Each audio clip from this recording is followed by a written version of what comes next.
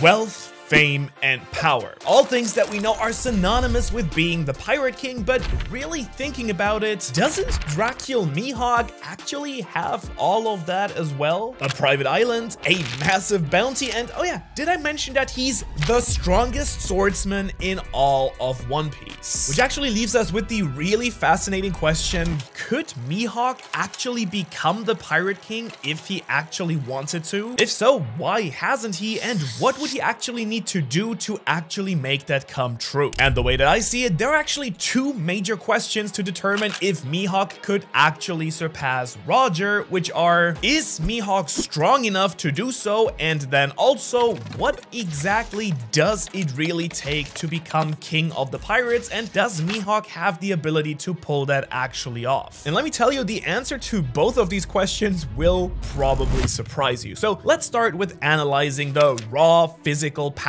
of the world's greatest swordsman, and it goes without saying that Mihawk is without question one of the all-time strongest fighters that we've seen in all of One Piece. And that's because he has a raw power output that rivals and maybe even surpasses several Yonkos. Take, for example, Red Hair Shanks. Now, these two are notorious rivals, and I'm not going to get into the whole who's actually the greatest swordsman debate here, because regardless, it doesn't really affect the question of the video, but if you want to see that, let me know. And that's because no matter who you do see as stronger or weaker here, Shanks or Mihawk, they are in the end rivals. Not only that, there are two fighters whose battles the legendary Whitebeard himself has acknowledged. And now I do think it's fair to say that right now at least Shanks is the strongest current Yonko, at least when it comes to haki, skill, and knowledge. So if that guy is actually rivaled by Mihawk, then I think that's a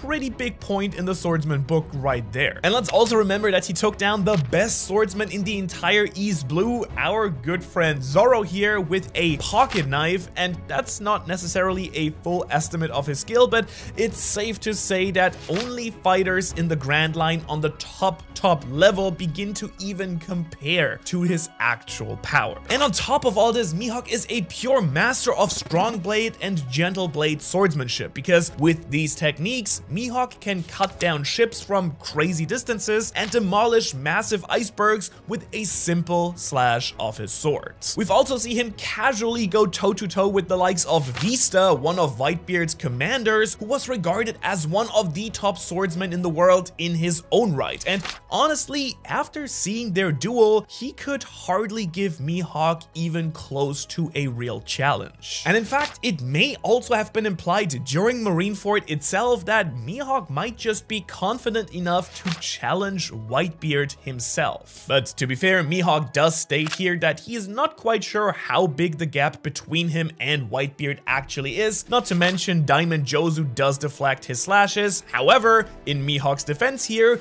he does only slash with a single arm, and it's a slash that has everyone trembling at his power. But really the much bigger point I think here is that once that Shanks shows up at the war, Mihawk says that he was willing to continue fighting Whitebeard, but not Shanks, which if we take as a sign of their friendship, well, seems to imply that pre-time skip, Mihawk believes that he could rival any of the Yonko, relatively speaking. After all, I don't really think that Kaido and Big Mom are any stronger or weaker than Whitebeard and Shanks in general. But with all of that said, do you want to hear what's even crazier? Because all of this that we've seen here in Marineford is a Mihawk who really hardly is even trying. That's right, everything I just mentioned, all those feats, he has done without using most of his haki, or at least that's what it looks like. And that's because as a haki user, Mihawk is just beyond threatening. His observation haki is absolutely through the roof, hence the epithet Hawkeye that he proudly wears. And I mean,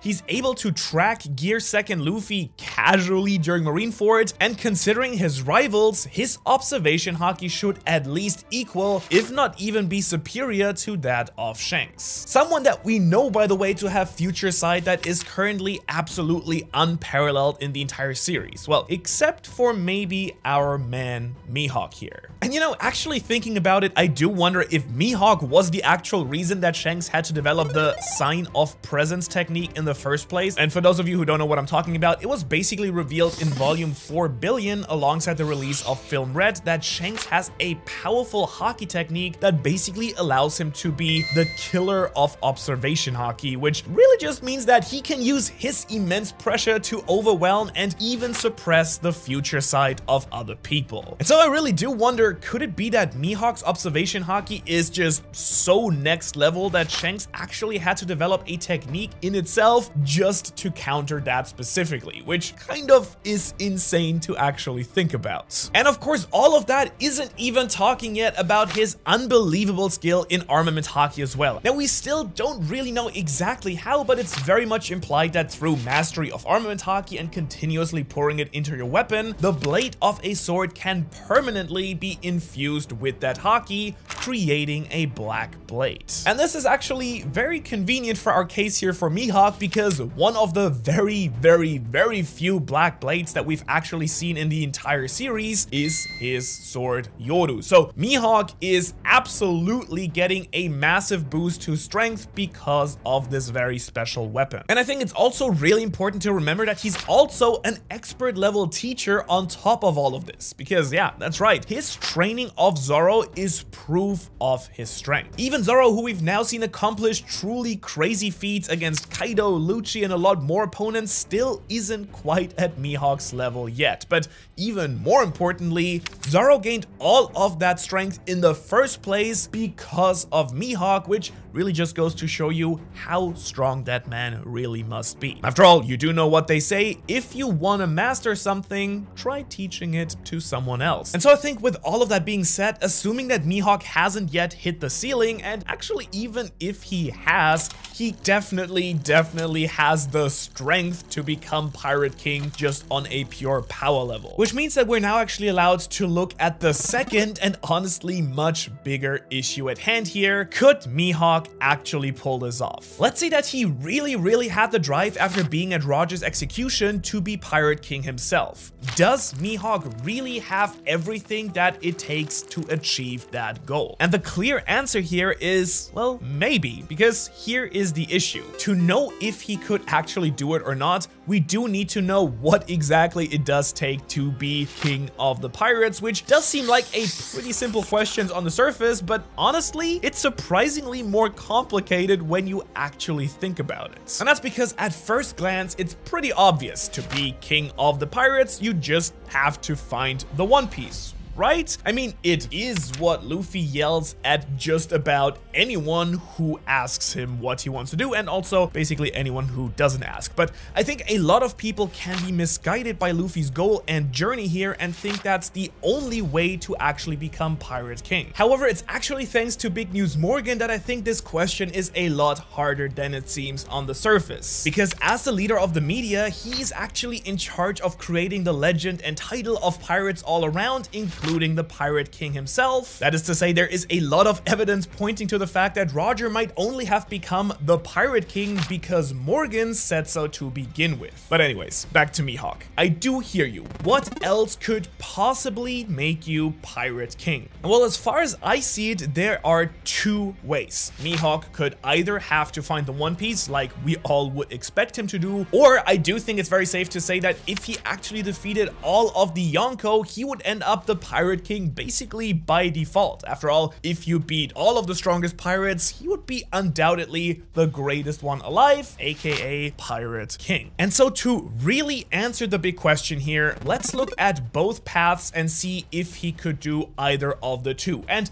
you're honestly not going to believe the outcome of either of these. And let's start with Mihawk's road to Laugh Tale, finding the One Piece, and what that might actually look like. Well, for one, we do know that to actually go down this path, the biggest obstacle would be finding the 4 road poneglyphs that lead the way to the final island and being able to translate them as well. And speaking of slicing, it does bring me to something other than Mihawk's enemies that's, you know, a little bit more edible. Ever wonder what type of snacks might actually be worthy of a Shichibukai or even the Pirate King? Well, Enter today's sponsor, Sakura Co., the treasure chest of Japanese artisan snacks that brings the magic of Japan straight to your doorstep. You know, imagine Mihawk after a day of unparalleled swordsmanship, sitting back to enjoy a box filled with 20 traditional Japanese snacks, tea, and tableware. We're talking Sakura cream cookies, Sakura castella, and even Sakura mochi. It's kind of like a little cherry blossom festival inside this little box. And this month with the Yozakura theme, it's all about experiencing the beauty of Sakura under the moonlight. And as I savor all these snacks right here, feeling the vibes of a quiet night amidst the cherry blossoms in Wano, I can't help but think that this is probably something that Mihawk would appreciate as well. The tranquility, the taste, the tradition. My personal favorite, the Sakura cream cookies right here paired with the blueberry hibiscus tea in this box. It's kind of a serene moment worthy of any swordsman or connoisseur of the finer things in life.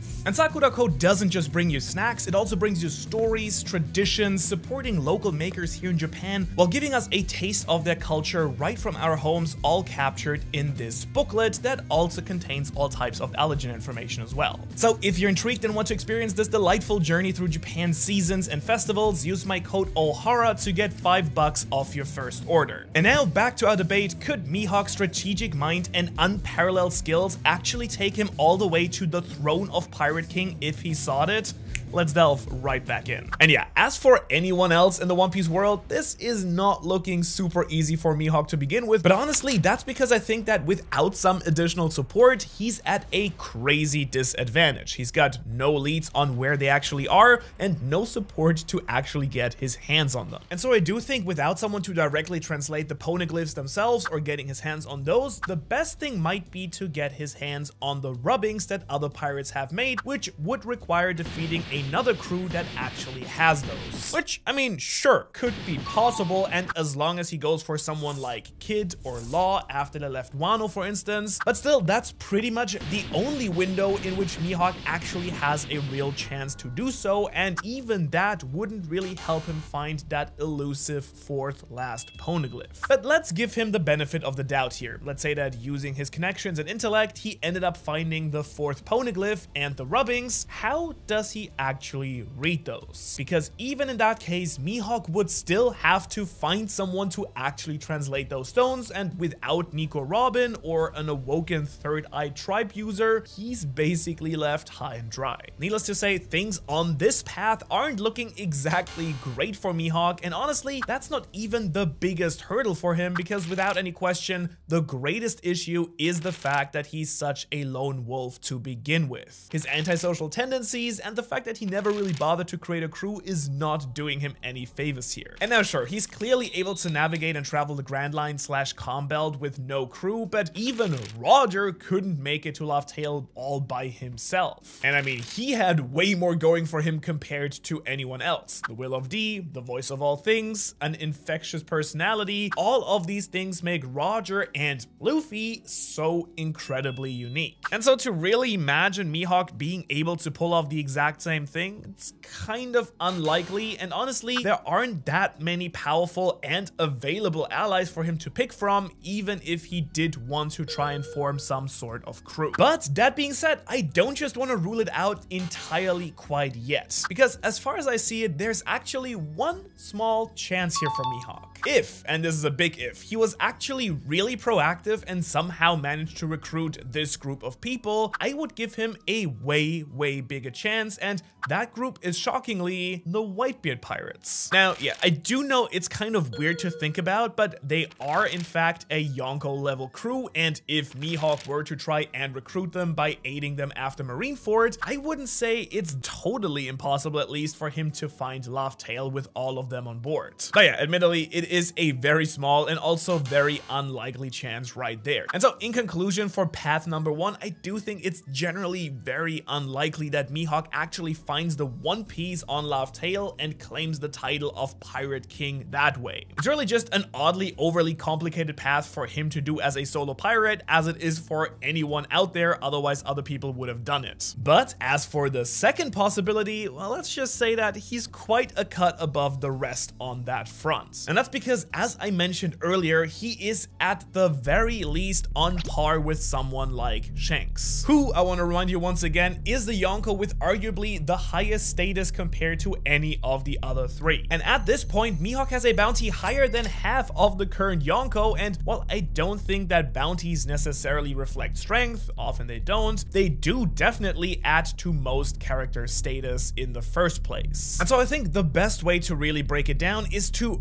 really see how he goes head to head against each of the three other Yonko. Yes, we're doing this, and I think you're going to be quite surprised by his chances here. First off, let's start with the current Yonko, because it's pretty safe to say that Buggy doesn't even have a slightest chance against a Mihawk who is actually trying. For one, Buggy clearly already lives in fear of him with Cross Guild, and that's probably for good reason. I do doubt that Sir Crocodile alone is responsible for ruining Buggy's day-to-day life there. And even though Buggy's Devil Fruit is oddly well suited against someone like Mihawk, I mean, given his haki, I just still don't see him having any real chance. Next up though, the Sun God himself, Monkey D. Luffy, who similarly is not in a great spot. Because we all do know that swords are kind of his biggest weakness, so while it's not been fully confirmed yet, if Mihawk does have Conqueror's haki, Luffy at the moment at least is basically as good as done, I think. And considering that someone like Zoro was shown to have Conqueror's haki and his greatest rival Shanks does as well, I'm very comfortable assuming here, for now at least, that Mihawk does have it too. After all, he's literally the strongest swordsman, and you don't really get a title like that without an unparalleled will and desire to stand above others. And so a much trickier contender here is actually Blackbeard, and that's because we really still haven't seen him face off against anyone without a Devil Fruit so far, but I'd go out on a limb and say that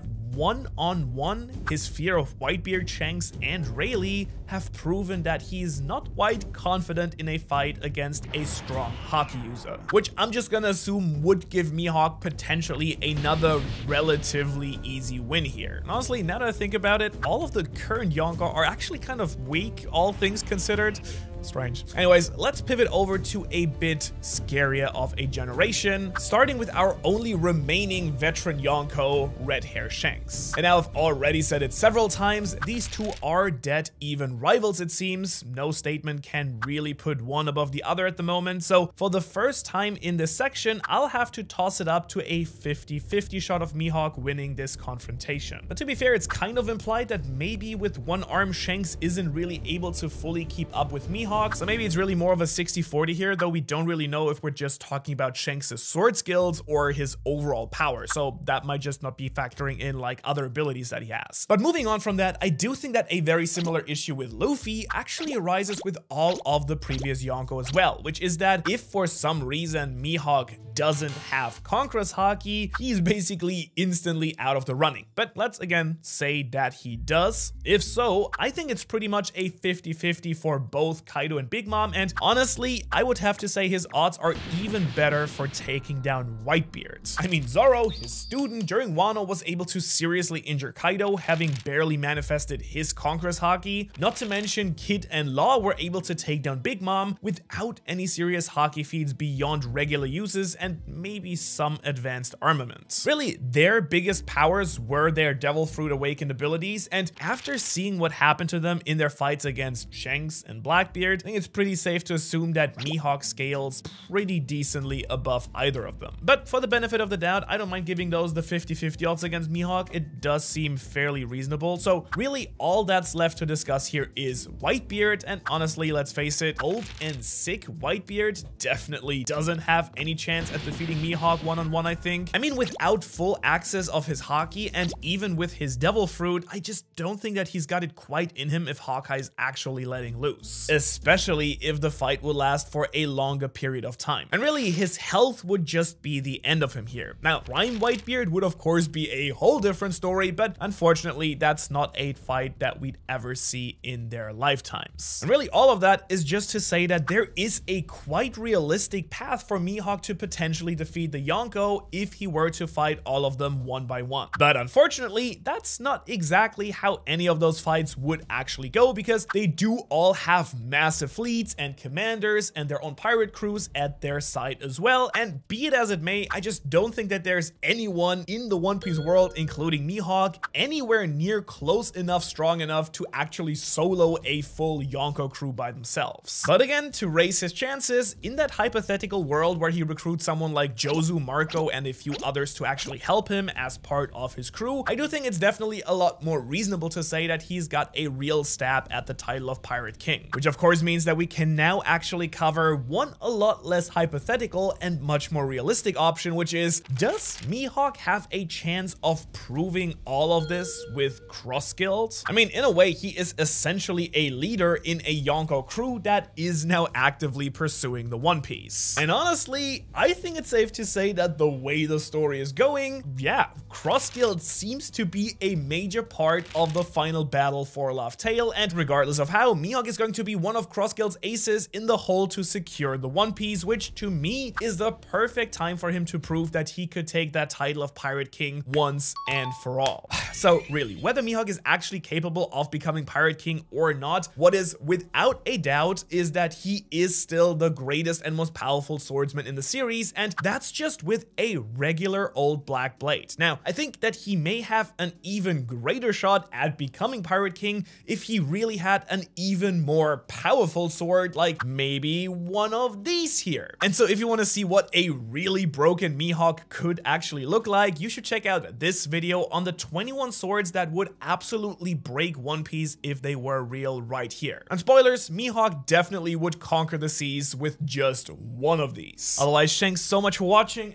This awesome shirt is now actually available for anyone who wants to support the channel or just wear something fashionable. And otherwise, I hope to see you in the next one.